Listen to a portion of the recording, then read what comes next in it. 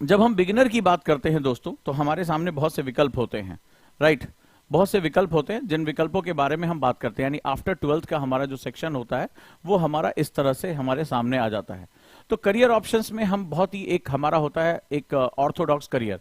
After 12th अगर हम बात करें यूपी, बिहार, उत्तर भारत के जो क्षेत्र हैं, वहां पर करियर ऑप्शन के रूप में हमारे पास अगर हम बात करते हैं तो इंजीनियरिंग एक पॉपुलर हो गया, नीट का एग्जाम हो गया, मेडिकल, होटल मैनेजमेंट या डीयू में एडमिशन लेना, सीयूईटी, और जो है वो करंट जो हमारे चार्टर्ड अकाउंटेंट हो गए। तो ये बहुत से ऑप्शंस होते हैं जो हमारे सामने एग्जैक्टली होते हैं।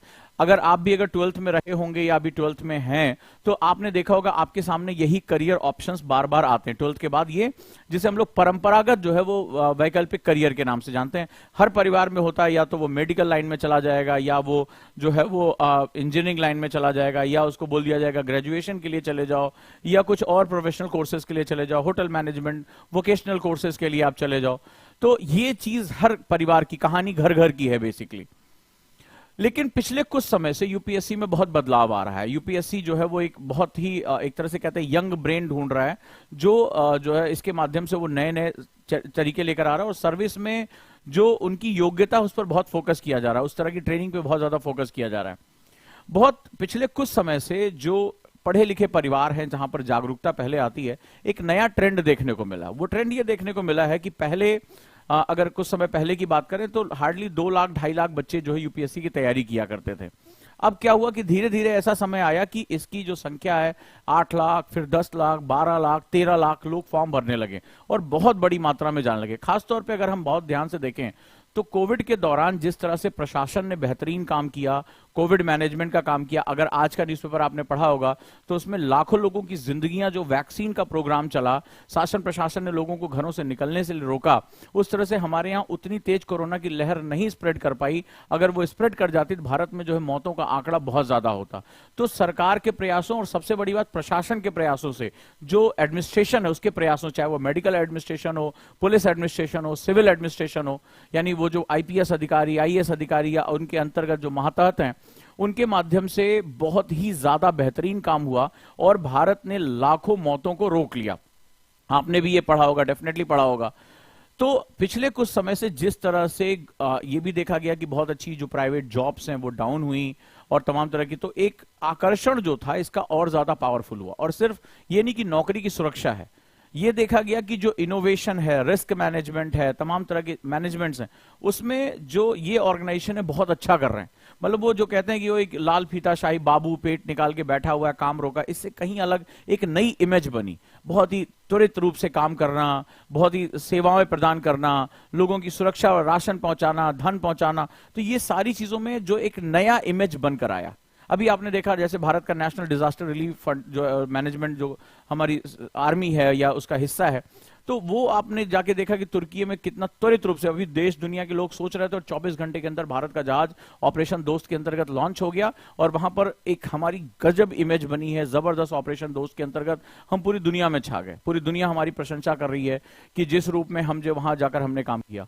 तो एक ये सेवा जो है अपॉर्चुनिटी बहुत देती है बियॉन्ड द हॉराइजन। उसमें आपने देखा कि डॉक्टर भी थी, मेजर भी थे और तमाम तरह के लोग, इंजीनियर भी थे, तमाम तरह के लोग थे जो उसके पार्ट में थे। तो यानी जो ये लोक सेवाएं होती हैं ये बहुत बड़े होराइजन पे हमें काम करने की ताकत देती हैं, हमें परिवर्तन लाने की ताकत देती है। अगर आज तुर्की भारत को एक अलग नजर से देख रहा है या पूरी दुनिया का मीडिया भारत को एक मानवता के रक्षक के रूप में देख रहा है, तो वो असली जो इसका श्रेय जाता है वो हमारे जो एनडीआरएफ के जो लोग हैं, जो हमारे जो जवान गए वहां पर, जो हमारे लोग गए वहां पर, उन्होंने अपने आप को तकलीफ में डालकर, मुश्किलों में डालकर वहां जिस तरह से लोगों की मदद की, वो एक बहुत ही काबिले तारीफ हमारा जो है इनिशिएटिव रहा। तो अब ये जो देखने की चीज है वो ये है कि अभी जो लोक सेवाएं हैं, जो पब्लिक सर्विसेज है, वो एक नया डायमेंशन ले रही है, वो त्वरित है, वो फास्ट है, वो परिवर्तन कर रहा है। तो अगर उन सभी के लिए जो इन परंपरागत चीजों से आगे हटकर कुछ और भी सोच रहे हैं, ये इसके साथ साथ भी सोचा जा सकता है, तो वो लोग जो चाहते हैं कि समाज में मेरा जो है वो परिवर्तन में मेरा भी हिस्सा हो, मैं भी जो है कुछ कर सकूं, या मैं बदलाव का हिस्सा बन सकूं, या मेरे अंदर है कि मैं परिवर्तन लेकर आ सकूं, कुछ जो है चेंज कर सकूं। अगर आप किसी गरीब बच्चे को कूड़ा बीनते हुए देखते हो और आपके मन में यह है कि इस बच्चे को एजुकेशन मिलनी चाहिए, तो एक होता है ओहो इस बच्चे को एजुकेशन मिली, बेचारा गरीब है। और एक मन ऐसा होता है जिसके अंदर व्यक्तित्व ऐसा होता है कि नहीं, मैं पहुंचूंगा प्रशासन में, मैं जो है अपनी इस चाहत को जमीन पर लेकर आऊंगा, तो यानी परिवर्तन मैं करके रहूंगा। एक किसी आपने ठंड में किसी गरीब को फुटपाथ पे जो है वो सिकुड़ते हुए देखा है, ठिठुरते हुए देखा है, तो आपके मन में होगा कि इसको भी रैन बसेरा मिलना चाहिए, इसके सर पे भी छत होनी चाहिए, ये मैं काम करके दिखाऊंगा। तो ये जो परिवर्तन की चाह है, वो सभी जितने भी हमारे नौजवान जो हैं, लड़के लड़कियां जितने भी हैं, अगर उनके मन में आपको ये लग रहा है कि उनके अंदर एक परिवर्तन की चाह है, उनके अंदर एक बदलाव की चाह है, वो सिर्फ चच्चा नहीं करते कि बेचारे हैं या ये दया नहीं दिखाते, वो उनके अंदर एक है कि मैं इस परिस्थिति को बदल के दिखा दूंगा, मैं इस परिस्थिति में बदलाव ला सकता हूं, तो वो एक जो है विकल्प के रूप में यूपीएससी को भी, आईएएस को भी पैरेलल जो है समझ सकते हैं। यानी इस करियर के साथ साथ आईएएस का भी जो है पढ़ाई चल सकती है आफ्टर 12। बस उनको सिंपल सा एक डिसिप्लिन, अनुशासन और अपने जो लक्ष्य है, अपने जो मकसद है, उसके साथ उनको हमेशा एक जुड़ाव महसूस करना पड़ेगा, एक लगाव महसूस करना पड़ेगा। यानी अगर जब वो ग्रेजुएशन कर रहे हैं तो एक पहले परंपरा होगी भाई पहले ग्रेजुएशन कर लो फिर आईएएस वाईएएस के बारे में सोचना। लेकिन जिस तरह से कंपटीशन का स्तर बढ़ता चला जा रहा है, जिस तरह से मुश्किलें बढ़ती चली जा रही हैं, उस तरह से एक चीज समझ में आ रही है, और वो ये समझ में आ रही है कि अब अगर हमने जल्दी तैयारी नहीं शुरू की तो आगे कंपटीशन में हमें अपनी जगह बनाना बहुत मुश्किल होगा।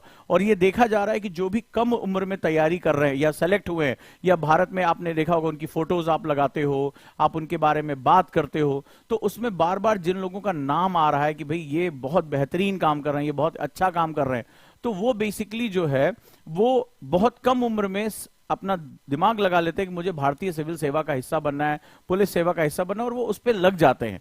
तो आपको यहां पर पैरेलली, जैसे मान लीजिए आप इंजीनियरिंग कर रहे हैं, मेडिकल कर रहे हैं, ग्रेजुएशन कर रहे हैं, कुछ भी अगर आप कर रहे हैं, तो आप पैरेलली जो है वो सिविल सेवा के बारे में सोच सकते हैं और आफ्टर 12th ही इसकी तैयारी में लग जाएंगे। और आज की डेट में बहुत से ऐसे जागरूक माता पिता हैं जिनका फोन आता है मेरे पास कि हम अपने बच्चे को अभी से तैयारी में लगाना चाहते हैं ताकि वो ग्रेजुएशन खत्म होते होते बहुत ही अच्छे तरीके से इस सेवा का हिस्सा बन सके।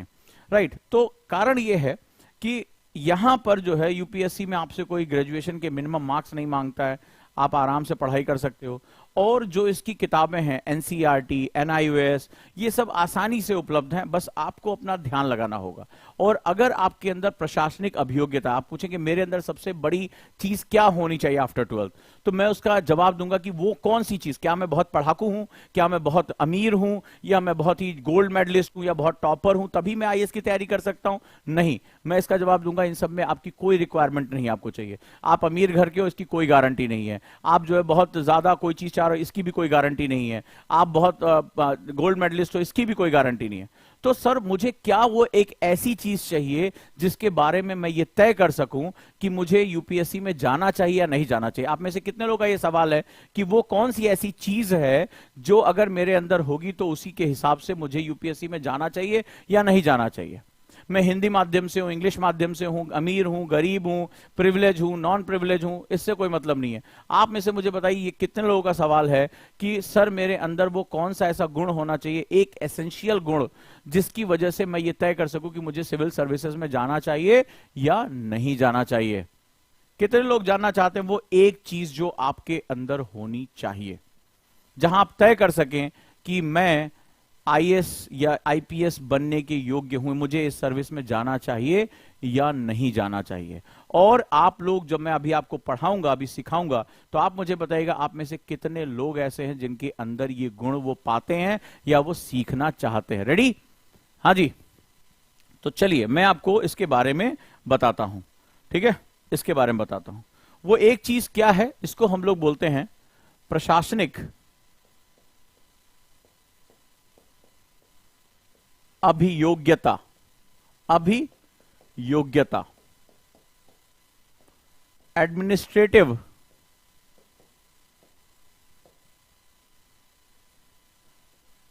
एप्टीट्यूड। वो एक चीज जो वो एक्चुअली में देखते हैं, इस पूरा जो प्री मेंस इंटरव्यू में ये जो सारा काम होता है, ये बेसिकली क्या चीज चेक करते हैं, जरा इसको ध्यान से देखो। प्रशासनिक अभियोग्यता, बहुत ध्यान से इसको समझना।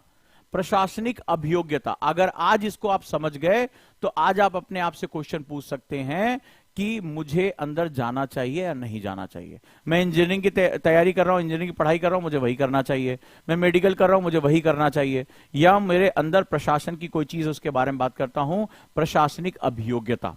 प्रशासन वर्ड, यहां दो शब्द हैं, प्रशासन और अभियोग्यता, राइट। तो चलिए जरा समझते हैं प्रशासन। प्रशासन जो होता है वो एक ऑर्गन की तरह काम करता है, ठीक है, एक अंग। जैसे अगर मेरा हाथ है तो इस पेन को पकड़ने का काम कौन कर रही है? उंगलियां कर रही हैं, हाथ कर रहा है, इसको बल मिल रहा है, मैं इसके माध्यम से राइटिंग कर रहा हूं। मेरा दिमाग जो है वो क्या है? शासन है। मेरा दिमाग सोच रहा है कि मुझे लिखना चाहिए, या मुझे इस कुर्सी को उठाना चाहिए, या सामने पानी का ग्लास है वो मुझे उठाना चाहिए। क्यों? क्योंकि मेरा दिमाग मुझसे कह रहा है मुझे प्यास लगी है, तो मुझे ये ग्लास उठाना चाहिए। लेकिन इस ग्लास को उठाने का काम कौन करेगा? और वो काम करेगा मेरा हाथ।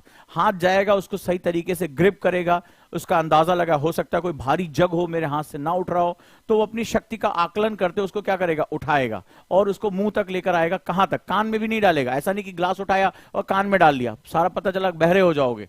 कहां पर? कौन सा अंग? वो क्या होगा? मुंह। तो उससे क्या होगा? वो पानी हमारे जो है शरीर के अंदर जाएगा और हमारी रिक्वायरमेंट पूरी होगी। यानी ये पूरा जो मैकेनिज्म है वो प्रॉपर। मेरे हाथ को आदेश मिला, कहां मैंने आंखों से देखा, कहां मेरा पानी उपलब्ध है, कितना है, उठाया, ठीक है, और जहां उसको पहुंचाना चाहिए वहां उसको पहुंचाया, तो मेरा टास्क पूरा हो गया। अब भारत सरकार चाहती है कि भारत की आर्थिक प्रगति हो, भारत में इनोवेशन हो, भारत में गरीबी दूर हो, लोगों को जो है वो हर घर, महिलाओं को चूल्हा ना फूकना पड़े, वहां पर उनको जो है स्वच्छ ईंधन मिले, बहुत सी हर गांव जो है वो सड़कों से जुड़ा हो, जो हमारी माताएं बहनें हैं उनको हॉस्पिटल में डिलीवरी की सुविधा हो। तो तमाम तरह की चीजें जो है गवर्नमेंट चाहती है, गवर्नमेंट ऐसा सोचती है, बजटिंग तय करती है। लेकिन जमीन पर जो है, जमीन पर उसको ले आने का काम कौन करता है? प्रशासन करता है, एडमिनिस्ट्रेशन करता है, ठीक है। प्रशासन बेसिकली उसी के अकॉर्डिंग अंग, जैसे कोई इनकम टैक्स ऑफिसर हो तो इनकम से रिलेटेड बात करेगा, कोई डीएम है वो प्रशासन पे जो है अपना पूरा फोकस रखेगा, सिविल एडमिनिस्ट्रेशन पे बात करेगा, जो आईपीएस है वो जो है वो पुलिस प्रशासन पर अपना पूरा फोकस करके रखेगा। सबके अपने अपने काम होते हैं, याद रखिएगा।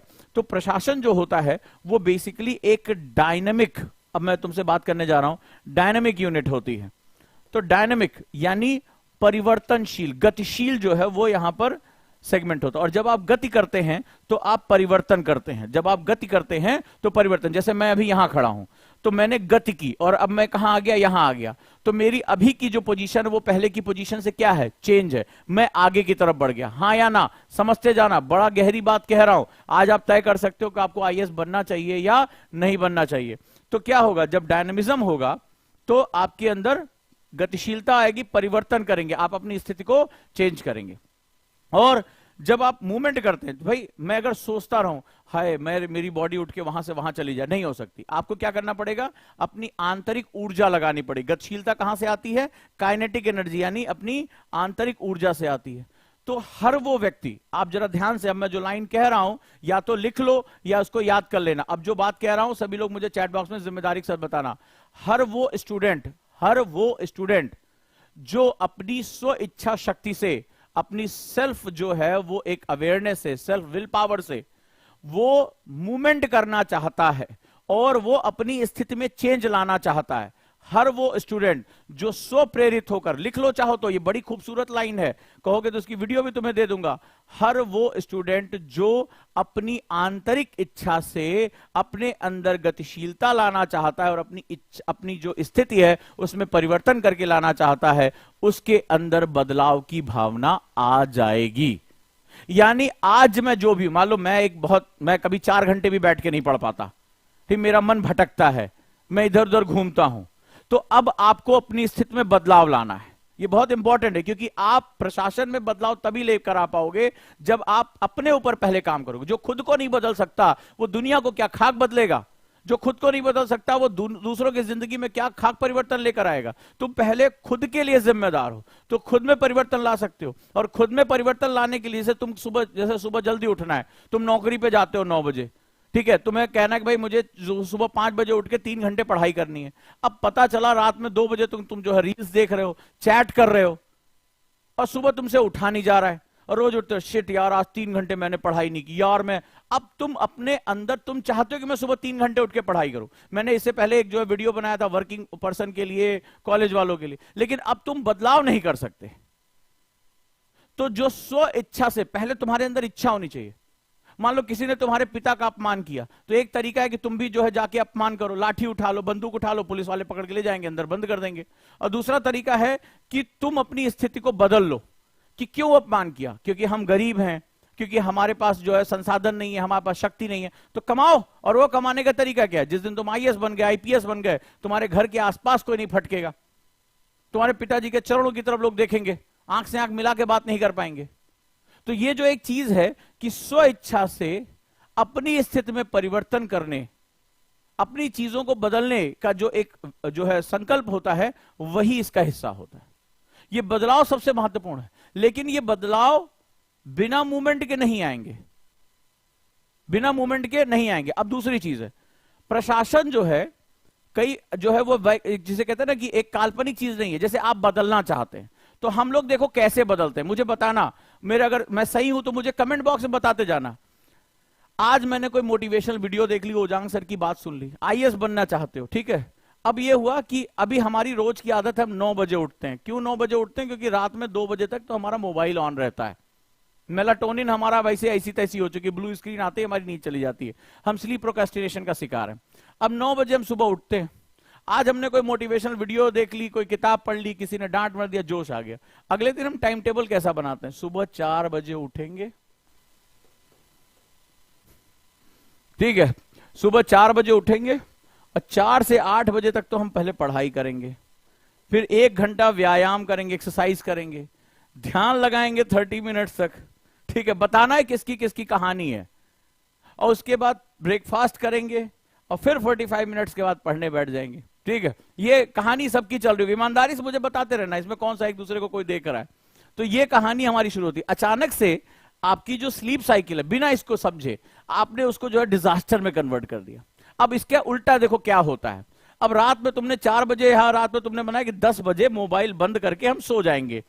अब तुम 10 बजे सोने गए, ठीक है, 10 बजे सोने गए बेड पे, और भैया लेटे, अलार्म लगा लिया, यहां तुम्हारा अलार्म लगा हुआ है, ठीक है, अलार्म अब टिक टिक टिक टिक से, अब उठ के देखा 11 बज गया, नींद नहीं आ रही है, इस टेंशन में, अरे और सुबह उठना पड़ेगा, नींद पूरी होगी कि नहीं होगी, कल सुबह मुझे टाइम टेबल फॉलो करना है। फिर 12 बज गया, नींद नहीं आ रही है, नींद नहीं आ रही है, सिर्फ 4 घंटे बचे, वो 4 बजे अलार्म बज जाएगा, मेरी नींद पूरी नहीं होगी, आज से नहीं, 4 बजे क्यों, अभी तो थोड़ी ठंड है, 5 बजे उठेंगे, ठीक है, और अलार्म 1 घंटा आगे कर दिया, फिर थोड़ी देर नींद नहीं आई, फिर थोड़ा सा इसको और आगे किया, फिर सुबह अलार्म बजा, अबे तेरी ऐसी की तैसी नींद आए जा रही है, और जो क्या हुआ, बंद बंद। उसके बाद जब 9 बजे, वो 9 बजा, तब जब बाबू साहब जगाए गए, अरे यार 9 बज गया यार, 4 बजे उठना था मुझे, पूरा लक्ष्य था। और जिसके मन में सुबह उठते पहला ख्याल, जब सबकॉन्शियस माइंड तुमसे एनर्जी रिसीव कर रहा है, अरे यार, यानी अपने ऊपर गुस्सा, अपने ऊपर जो है दुख आ गया, उसका तो वैसे ही पूरा दिन निपट गया, अरे यार में ही पूरा दिन निपट जाएगा उसका। ये कहानी घर घर की है या नहीं है मुझे बताओ। और फिर घूम फिर कर वही, फिर अभी कहानी खत्म नहीं होती है। मुझे लगता है अब कहीं एक और वीडियो देख लिया कि मैं नाइट बर्ड हूं, मैं रात तक पढ़ता हूं, सुबह मैं नहीं पढ़ सकता। हम इस तरह की बातें बोलने लगते दोस्तों। यार नाइट में अपन बिल्कुल फ्रेश महसूस करता है, एकदम बढ़िया झकास, सुबह थोड़ा सा भारी रहता है सर, ठीक है। अगले दिन टाइम टेबल आपने चेंज किया, रात में 10 से लेकर 2 बजे तक पढ़ना ठीक है, रात में 10 से 2। बताना मुझे, अगर मेरी बात पहुंच रही है तो बताना मुझे, मैं तुम्हें समझाऊंगा कि प्रशासनिक अभियोग्यता एक कोई शब्द नहीं है, ये जीवन शैली है, और जो आज समझ गया वो आज रास्ता पकड़ लेगा। बहुत इंपॉर्टेंट बात, रात में 10 से 2 पढ़ूंगा भाई, और सुबह 8-9 बजे उठ जाऊंगा, अपना कोई टेंशन नहीं है, 6-7 घंटे की नींद पूरी है भाई, पूरा पढ़ाई करेगा। अचानक से तुमने देखा होगा, जिस दिन तुमने डिसाइड किया 10 से 12 का, उसी दिन वेब सीरीज किसी ने खोल दी। वो 10 से 2 होता तो है, लेकिन किसी और काम में होता है। अचानक से उसी दिन तुम्हारे सर में दर्द होगा, उसी दिन तुम्हें नींद आने लगेगी, कुछ ऐसा होगा, कुछ ज्यादा खा लिया, पार्टी वार्टी में चले गए, कुछ ऐसा जरूर होता है कि उस दिन तुम नाइट बर्ड नहीं बन पाते हो, पता नहीं क्यों ऐसा होता है। और उसी दिन तुम्हारे अंदर का जो नाइट आउल है वो मर जाता है। फिर तुम्हें लगता है यार आज बहुत थकान हो गई, या बहुत मुश्किल से बैठे भी किताब में, ऐसे ऐसे जमाई आने लगती है, खूब यॉर्निंग करते हो, उसके बाद पूरा बदन ऐसे टूटता है, चटर पटर की आवाज आती है, फिर कहता है यार रात में पढ़ना ठीक नहीं होता है, आईज के नीचे डार्क सर्किल हो जाता है, सुबह उठेंगे भाई, सुबह पूरा पढ़ेंगे, मस्त होकर पढ़ेंगे, अर्ली मॉर्निंग ही ठीक है। तो ना तुम, कहते हैं ना आधी छोड़ सारी को धावे, आधी मिले ना सारी पावे, ना तुम इसके रह गए और ना तुम इसके रह गए। ठीक है, वो कहा जाता है धोबी का डैश, ना घर का ना घाट का, वही वाली हालत हो जाती है। फिर एक दिन मन में आता है हम टाइम टेबल कौन सा बनाए, 24 घंटे बाहर का बनाए क्या, हमसे ना ये हो रहा है ना ये हो रहा है। किसकी किसकी कहानी है, जरा कमेंट बॉक्स में सब लोग बताओ तो, किसकी किसकी कहानी है। तो बताऊंगा ये प्रॉब्लम आई क्यों, और प्रशासनिक अभियोक्ता शब्द का कितना गहरा मतलब होता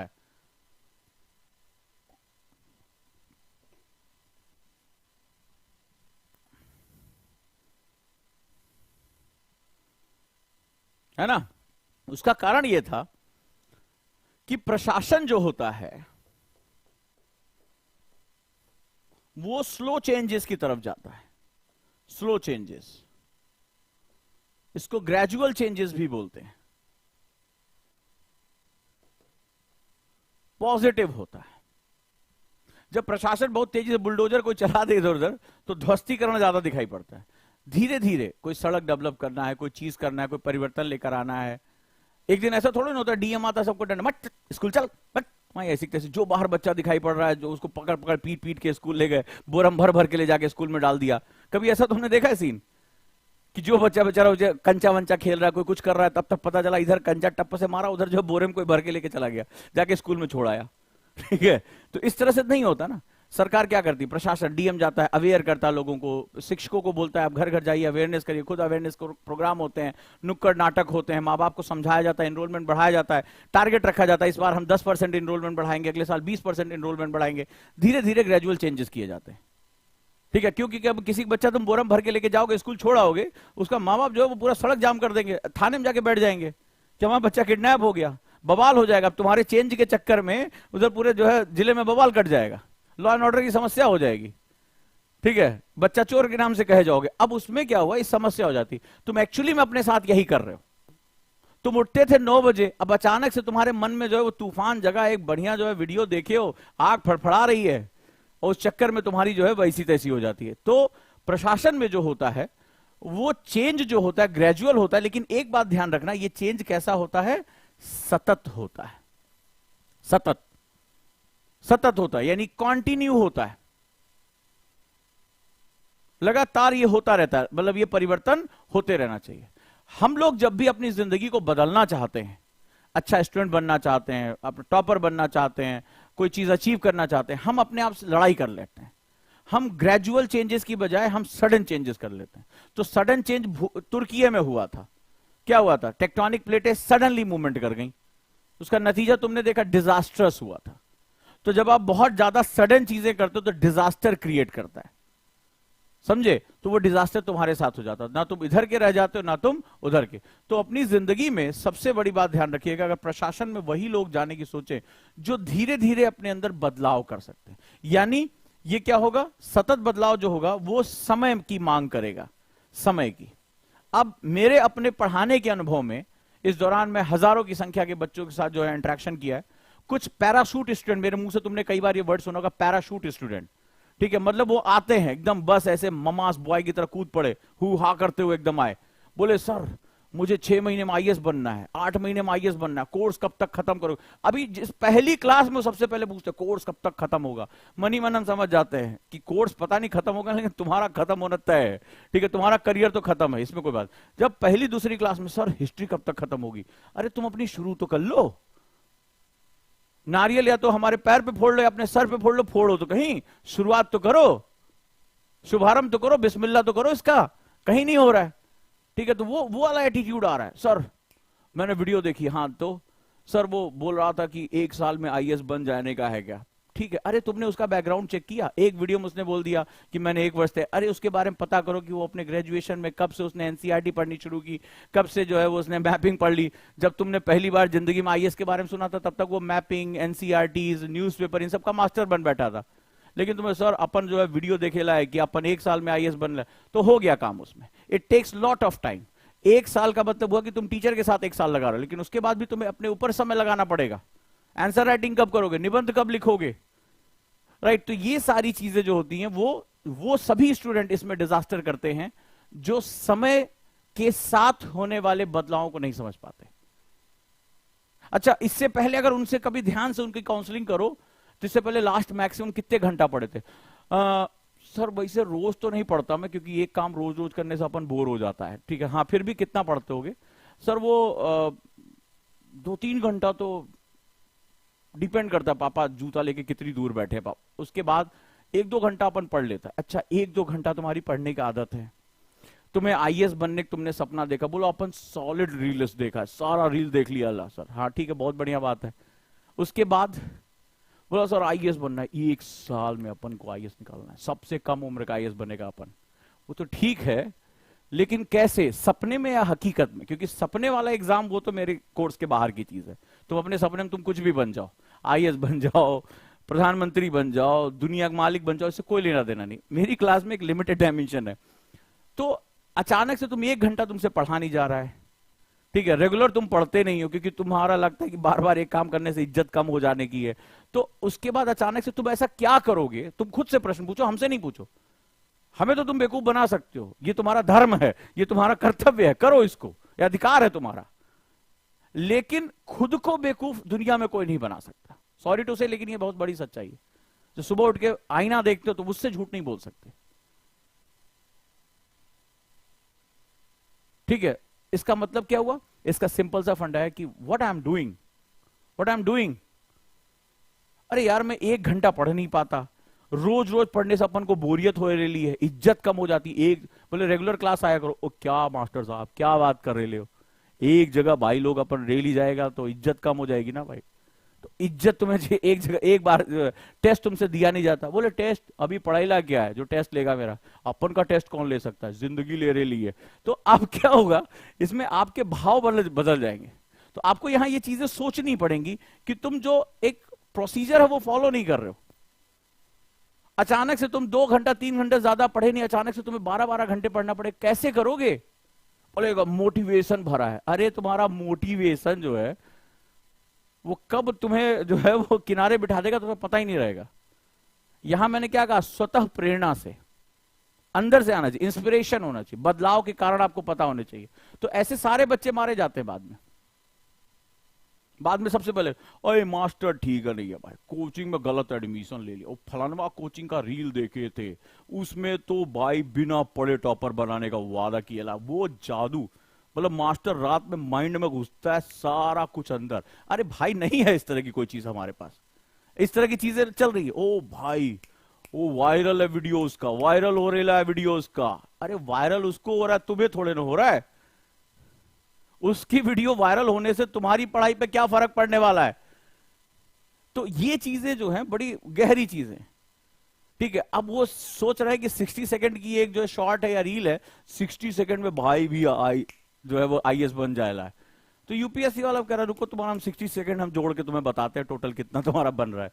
तो ये चीज आप ध्यान रखना कि if you want to enter into the प्रशासन, जो एक माइंडसेट है वो ग्रेजुअल चेंजेस का है, ग्रेजुअल चेंजेस का। बहुत सिंपल सा मैं तुम्हें एक एग्जांपल और देता हूं।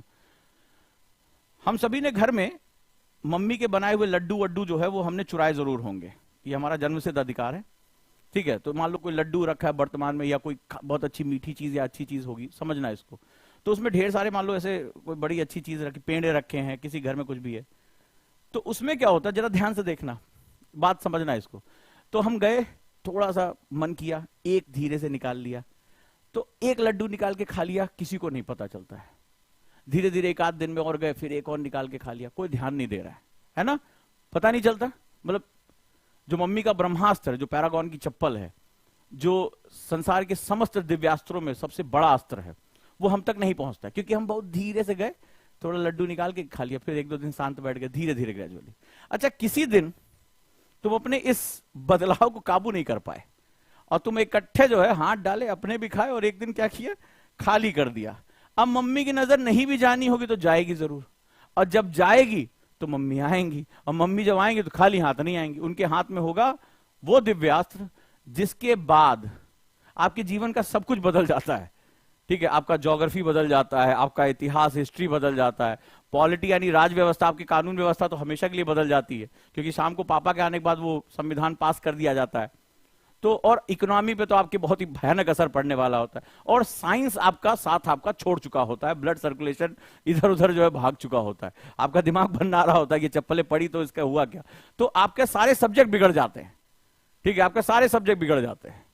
तो ये जो सेगमेंट है ग्रेजुअल, अगर आप करोगे तो आप डिजास्टर, ग्रेजुअल करोगे तो ठीक रहेगा, सडन कोई चीज करोगे तो डिजास्टर करोगे, बात ध्यान रखना। तो बहुत ज्यादा, तो पहला नियम, वो सभी स्टूडेंट जो अपने आप को अगले 2-3 सालों तक बदलाव के लिए तैयार कर सके, 1 घंटा ज्यादा पढ़ेंगे। स्कूल कॉलेज से आने के बाद हम थोड़ा सा 2 घंटा घूमने की बजाय 2 घंटा हम करंट अफेयर्स, एनसीईआरटी, इन सब पे ज्यादा फोकस करेंगे। राइट और रॉन्ग ये हम लेकर चलेंगे, थोड़े थोड़े बदलाव। इस साल मैं एसए पे बहुत ज्यादा ध्यान दूंगा, एनसीईआरटी पे ध्यान दूंगा, इस बार स्टैंडर्ड बुक्स पे ध्यान दूंगा, इस बार जो है करंट अफेयर्स पे मैं जो है वो पूरी मास्टरी करूंगा, मैपिंग की तैयारी कर लूंगा। ठीक है, 1 घंटे ऑनलाइन क्लासेस करूंगा और उसके नोट्स बनाऊंगा ताकि मैं बेसिक चीजों को तैयार कर सकूं। ये होता है ग्रेजुअल चेंज। तो वो सभी स्टूडेंट, चाहे वो गोल्ड मेडलिस्ट हो या ना हो, वो टॉपर हो या ना हो, अमीर हो या ना हो, इंग्लिश के बहुत बड़े जानकार हो या ना हो, अगर उनके अंदर पहली चीज है प्रशासनिक दृष्टिकोण है, जो कि इस एग्जाम की सबसे बड़ी चीज है, धीरे धीरे बदलाव अपने अंदर लेकर आना, धीरे धीरे अपने आप को बदलते रहना और अपने लक्ष्य की तरफ बढ़ते रहना, सतत कॉन्टिन्यूअस रूप से अपने समय को प्रॉपर्ली यूटिलाइज करना, उन सभी का स्वागत है। दूसरी चीज, इन चीजों को सीखा जाता है। एक होता है योग्यता, एबिलिटी, और एक होता है अभियोग्यता, यानी समयानुकूल, समय के साथ इस चीज को धारण करना, ये समझना, धारण करना, यानी उस टाइम फ्रेम, बहुत इंपॉर्टेंट बात बता रहा हूं, बहुत ही महत्वपूर्ण बात बता रहा हूं, उस समय के साथ, यानी according to the time what my requirement आ, तो उसको जो है एक्सेप्ट करना, धारण कर लेना। यानी जो तुम्हारा पास्ट था, तुमसे बोला गया अरे तुम फलाने गांव से हो, नहीं पढ़ सकते, तुम गरीब हो, ऐसी तैसी, ये समय क्या कह रहा है? ये समय कह रहा है कि इस समय मैं और जो जमींदार का बच्चा है वो दोनों बराबर हैं, दोनों यूपीएससी के कुछ दोनों कहते हैं कि भैया जिसको आता है वो अंदर। तो समय के साथ उसको धारण कर लेना, धारण मतलब उसको स्वीकार कर लेना, उसको ग्रहण कर लेना, उसके साथ स्किल्ड हो जाना। मैं अच्छा राइटिंग नहीं लिखता था तो उसको लेकर यूपीएससी की तैयारी करने मत आना। तुम्हारे मौसी, चाची, मामा, ताऊ जिन्होंने भी तुम्हारे ऊपर ठप्पा लगाया तुम आईएएस नहीं बन सकते, उस चीज को लेकर मत आना, उस गठरी को वहीं छोड़ दो। समय डिमांड कर रहा है, आंसर राइटिंग कर रहे हैं, मैं करूंगा। जैसे बहुत से लोग, आप लोग बात करते हैं यार भाई रात ही में पढ़ सकते हैं, सुबह नहीं पढ़ सकते भाई, जब तक 2 सुट्टा ना लगे तब तक दिमाग ही नहीं खुलता भाई, चाय के बिना तो शुरुआत ही नहीं होती है। तो ये बात हम बहुत कैजुअली कहते हैं भाई, यार पढ़ने को यार भाई कितना भी पढ़ ले भाई, बिपिन चंद्रा रख दो, लक्ष्मीकांत को तो एकदम धो के एकदम उसका प्रिंटिंग चाट जाए, लेकिन भाई लिखा नहीं जाता। आप में से कई लोगों के मुंह से मैंने ये बातें सुनी, अगर मैं सही हूं तो मुझे बताना भाई, यार लिखने का मन नहीं करता यार, भाई जब सब याद हो गया तो लिखे क्यों, ऐसे 36 तरह का मुंह बना बना के भाई पढ़वा लो जितना मन कर भाई, सब एकदम रट्टा मार के खत्म कर दे भाई, लिखा नहीं जाता मेरे से यार, यार हाथ में दर्द होता है। आप क्या कर रहे हो? इस समय की रिक्वायरमेंट है 1750 नंबर मेंस के, तुम्हारे खाली लिखने पर ना तुम्हारी फोटो जानी है कि तुम्हारा जो है सुंदर सा चंदन सा मुख, उस पर फोटो जाएगी, हाँ मैं ही हूं, ठीक है ना। तुम्हारा जो है फाइनेंशियल स्टेटमेंट की तुम्हारे पिताजी की आईटीआर अटैच होके जा रही है कि देखिएगा अमीर घर के लड़का है, इसको पास कर दीजिएगा ना। तुम्हारा कट्टा गोली बंदूक कुछ जाना है कि भाई कॉलेज में बहुत ज्यादा ऐठू लाल थे, मास्टर साहब देख लीजिएगा, पास वास कराने की जिम्मेदारी आपकी है, बाकी हम आपकी सेवा में भेंट कर रहे हैं। तो ये सब ठीक है, अपने घर में चला होगा, कॉलेज में चला होगा, यहां नहीं चलता है, यहां नहीं चलता है। ठीक है कि ना तुम उनके लिए योग्य जो है दामाद हो, ना जो है कोई चीज हो, तो उनको कोई फर्क नहीं पड़ता, उनको सिर्फ तुम्हारी कॉपी दिखाई पड़ती है, तुम्हारा ज्ञान दिखाई पड़ता है, ये रहा क्वेश्चन, ये रहा आंसर, और बाकी और भी लोग दे रहे, तुम अकेले थोड़े नहीं इस रेस में हो। तो जो सबसे बेस्ट दे रहा है वो अंदर जा रहा है, ठीक है, बस सिंपल सा जो है वो इस तरह से चल रहा है। तो ये जो सेगमेंट है वो हमारा इसी तरह से। अब वो तुम्हारी रिक्वायरमेंट है कि तुम्हें आंसर राइटिंग करनी है, तुम अतीत में भाई नहीं मन करता तो तुम्हारा अपना पर्सनल वो चीज है, अभी आज उसका कोई लेना देना नहीं है, सो यू हैव टू क्या करना पड़ेगा, इसको धारण करना पड़ेगा। और धारण कौन करता है, धारण कौन करता है? मान लो ये जैसे एक मेरे पास एक सर्किल है, एक रिंग है। अब मेरे को प्यास बहुत लगी, देखो आर पार दिख रहा है इसमें, ठीक है, ये चूड़ी कंगन की तरह जैसे हो जाएगा, मान लो टेप का ये सेगमेंट है। अब मान लो मुझे प्यास बहुत लगी है और मैंने यहां वर्ड किया धारण, बड़े ध्यान से सुनना, बड़ी गहरी फिलॉसफी है। अब मैंने कहा यार जल्दी से पानी दे दो, जल्दी से पानी दे दो। अब गुरु क्या, गुरु ने ज्ञान दे दिया। एक कोई मैंने कहा, मान लो आया कोई व्यक्ति ऑफिस बॉय, मैंने कहा यार जल्दी पानी दो, मुझे प्यास लगी है। अच्छा ये बताओ, इसमें मेरी प्यास तो बुझी जाएगी, मेरी प्यास तो बुझी जाएगी, है ना? इसमें वो पानी डालेगा, लीजिए सर एकदम पानी का रूह आप जा दे रहे हैं, आप अपना घर तर करिए, क्या टेंशन है? क्यों आ जाएगा ना? इसमें नहीं आएगा। क्यों? समझ तो चुके होंगे साइंस, क्योंकि ये कुपात्र है, ये पात्र नहीं है, ये कुपात्र है। इसके लिए मुझे किसकी जरूरत होगी? अगर पानी, इसकी जरूरत होगी, उसकी धारिता की क्षमता, उसकी जो कैरिंग कैपेसिटी की जरूरत होगी, मुझे उसकी धारिता क्षमता की जरूरत होगी, जो पानी को होल्ड कर सके। और जो कुपात्र है उसको सिखाओगे तो वो जिंदगी में नहीं करेगा। क्यों? क्योंकि वो अपने ओल्ड माइंडसेट के साथ आया हुआ है। तो इस एग्जाम में उन्हीं का स्वागत है जो अगर अपने ओल्ड माइंडसेट, अगर उसमें कुछ भी प्रॉब्लम है, उसको वो अगर छोड़ने को तैयार नहीं है, तो इस एग्जाम में उसको दिक्कत होगी। तो अगर तुम ओल्ड माइंडसेट को, नहीं वो मेरा अतीत है, छोड़ो जाने दो, चाहे वो कैसी भी गठरी रही हो, उसको मैं छोड़ दूंगा।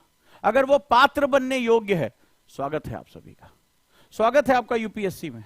यही होती प्रशासनिक अभियोग्यता। क्या बताया मैंने? जो ग्रेजुअल अपने आप को बदलाव कर सके, अंदर से प्रेरणा लेकर उसके अंदर अपनी गतिकी आ सके,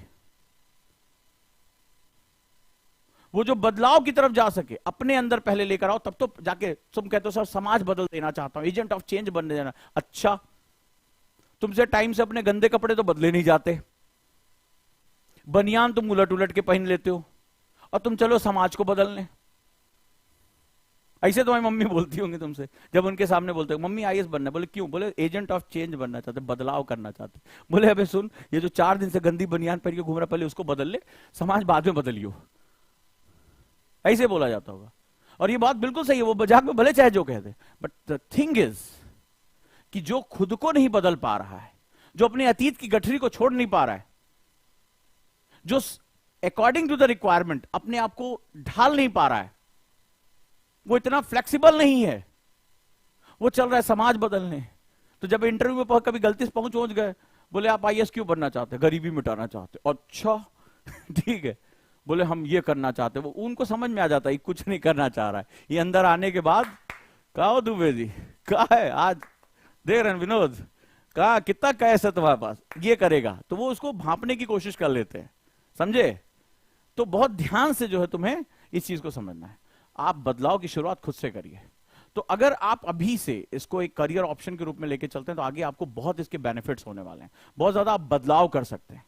और निर्णय लीजिए, अपने आप को ढालिए, अपने अतीत का जो बोझ है उसको लेकर मत चलिए। आप चाहे गांव से आए हो, देहात से आए हो, कितने ऐसे बच्चे, अभी जो मेरी क्लास शुरू हो रही है उसमें सबसे पहले आपको यही बताऊंगा, एक कहानी सुनाऊंगा, आंखों में आंसू आ जाएंगे उसकी गरीबी के बारे में सुन के, उसके हालात के बारे में सुन के। लेकिन आज वो आईएएस है, तो उसने अतीत की उस गठरी को उठार के फेंक दिया, और जो चीज रिक्वायरमेंट थी धारण की, रीजनल लैंग्वेज में पढ़ा हुआ है, अंग्रेजी जरूरत पड़ी अंग्रेजी सीखी, लिखना आना था लिखना सीखा उसने, तो वो सारी चीजें वो बहुत ही इंपॉर्टेंट तरीके से। तो ये चीजें तुम्हारी जिंदगी का एक हिस्सा है, याद रखिएगा। बदलाव के साथ चलिए। और सबसे पहले तो मैं अपने स्टूडेंट प्रिया को मैं धन्यवाद देना चाहूंगा। ये दुबई में कॉन्फ्रेंस हुआ और उन्होंने मेरे ऊपर एक किताब लिखी, my world's best teacher, the story will force you to fall love in UPSC. और आप देखिए कि वहां पर उनको अवार्ड दिया गया, एक्सीलेंस अवार्ड 2023 दुबई में, इंटरनेशनल एक्सीलेंस अवार्ड। और इस पुस्तक को, जैसा सभी के हाथ में आपने देखा ये किताब है, तो मैं बहुत गौरवान्वित महसूस कर रहा हूं, बहुत ही मुझे प्राउड फीलिंग हो रही है कि आज आपने इंटरनेशनल छवि बना दिया। प्रिया हमारी स्टूडेंट हैं, और डिग्नेटरीज के बीच में, वो भारत से वो वर्चुअली उन्होंने ज्वाइन किया था, वो फिजिकली वहां नहीं पहुंच पाई, और दुबई तक जो है वो आज ओजांकियंस का नाम पहुंच चुका है, इनकी किताब पहुंच चुकी है। और मुझे लगता है कि ये जीवन पर्यंत लेने वाला एक गिफ्ट है, और मैं चाहूंगा कि आप लोग मुझे इसी तरह का गिफ्ट देते रहें। एक शिक्षक की जिंदगी में इससे बड़ा, इससे कीमती और इससे बड़ा टर्निंग पॉइंट नहीं होता है। तो आज आपकी वजह से मैं, जो लोग मुझसे कभी नहीं मिले वो भी इस किताब को लेकर जो है वो चीजें गौरवान्वित, भारत का नाम आपने ऊपर किया। और अभी आपने देखा उत्तर प्रदेश के राज्यपाल ने भी, महामहिम ने, उन्होंने भी आपकी बड़ी तारीफ की। तो ये ओजांकियंस की ताकत है, हमारी इस फैमिली की ताकत है कि हम अपने आप को वो एक बहुत कहते हैं कि ना, बहुत बड़ा हम डेवलपमेंट करते हैं। व्यक्तित्व में जिस दिन विकास करना शुरू कर दोगे उस दिन ये सिलेबस की लड़ाई, ये एग्जाम की लड़ाई तुम्हें बहुत छोटी लगने लगेगी, क्योंकि तुम्हारा व्यक्तित्व बड़ी चीज को धारण करने लायक हो जाएगा। और ये ऐसे ही व्यक्तित्व हैं। तो मैं कहूंगा कि बहुत बहुत धन्यवाद।